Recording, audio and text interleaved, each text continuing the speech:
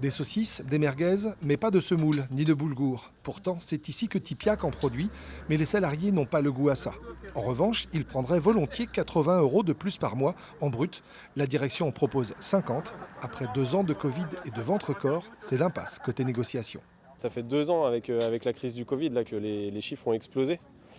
On sait que les actionnaires ont augmenté leurs dividendes de 35%, les patrons s'en sont mis un peu plein les poches et nous on n'a même pas eu de prime Covid alors qu'on a bossé pendant tous les confinements. Donc c'était sûr qu'à un moment donné ça allait coincer, voilà, c'est tombé là et en face ça veut rien lâcher, mais nous non plus en fait on lâchera pas comme ça. La grève a démarré ici à Saint-Aignan, mais elle touche désormais les autres sites de Loire-Atlantique spécialisés dans la production de pâtisseries et traiteurs. Mais le travail de nuit, en 2-8, et les cadences demandées créent aujourd'hui un absentéisme récurrent. Il y a des années, la politique de Tipiak, c'était vous n'êtes pas content, allez voir ailleurs, il y avait des piles de CV en attente. Aujourd'hui, c'est pas du tout pareil. Et non seulement on n'arrive pas à recruter, mais en plus, nos anciens et nos compétences qu'on aimerait garder, ils partent ailleurs. Donc on travaille en effectif réduit dans certains ateliers, ça tire sur le moral de tout le monde. Ouais.